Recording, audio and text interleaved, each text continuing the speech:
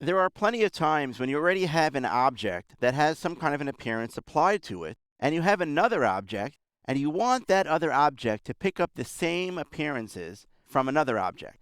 For example, in this document, I have a whole line of flowers on the left side here that have some kind of nice appearance applied to them. On the right side, I have plain flowers, and I really want to move the same appearance that appears to this flower onto this one, meaning I want this flower to look identical to this one right here. Well, there's a tool inside of Illustrator called the eyedropper tool, which can help you do this. Let's see how that works.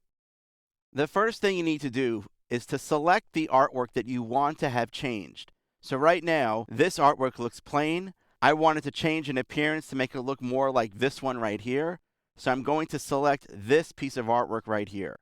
Next, I'm going to switch to my eyedropper tool, which is right here. The keyboard shortcut is the I key for eyedropper tool. And with it selected, I can now take the eyedropper tool and basically pick up the settings the same way that you might with a regular eyedropper from this object, and it will automatically be applied to my selected piece of artwork. So again, I first selected the artwork that I want to have changed, which is this one right here.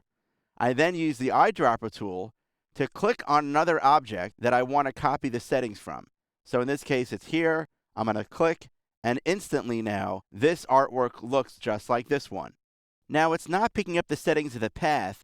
All it's doing is it's sampling the appearance of that artwork, meaning it's taking the same fill and stroke, and it's assigning it now to this object. I can do the same thing with the next object right here, but however, I can't just click on this because it's going to modify which object? Not this one. This is the one that's currently selected. So what I need to first do is select this object. I don't want to keep switching back and forth between tools to go back to the tool panel over here. So I'm just going to use the keyboard shortcut, the Command key, to now temporarily switch to my selection tool. I'm now going to click over here. Again, that would be Control if you're on Windows, but Command inside of Mac.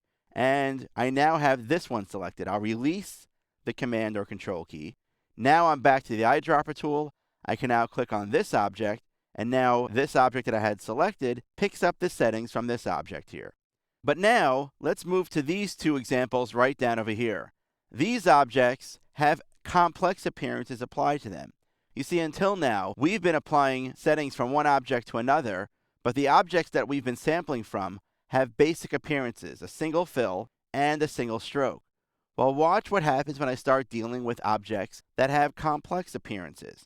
If I hold down my Command key and select this piece of artwork, because this is the piece of artwork I now want to have changed, I will now use the eyedropper tool to click on this object, which has multiple stroke appearances applied to it. And when I click on it, you'll see that it only picks up a basic appearance. It takes the topmost stroke and it takes the topmost fill. In this case here, the stroke is just a 2-point red dash stroke, and that's what I'm left with on my object. Why did it pick up both of the strokes? Why did it not take that thicker black stroke? Well, the answer is that by default, inside of Illustrator, the eyedropper tool only samples the basic appearance of an object. So if I were to go ahead now and Command click or Control click on this object to select it, and then click over here, notice that while the fill and the stroke moved over, the drop shadow did not, because the drop shadow is part of the complex appearance of that piece of artwork, and I only sampled the basic fill and stroke. I can change that setting, however. If I go to the eyedropper tool inside of the Tools panel, and I double click on it, I get an options dialog box, and you can see that I can really specify exactly what the eyedropper picks up and when it applies. Now in this case here, I wanted to pick up the full complex appearance, so I'm going to check on the appearance button on what the eyedropper picks up, and also what it applies.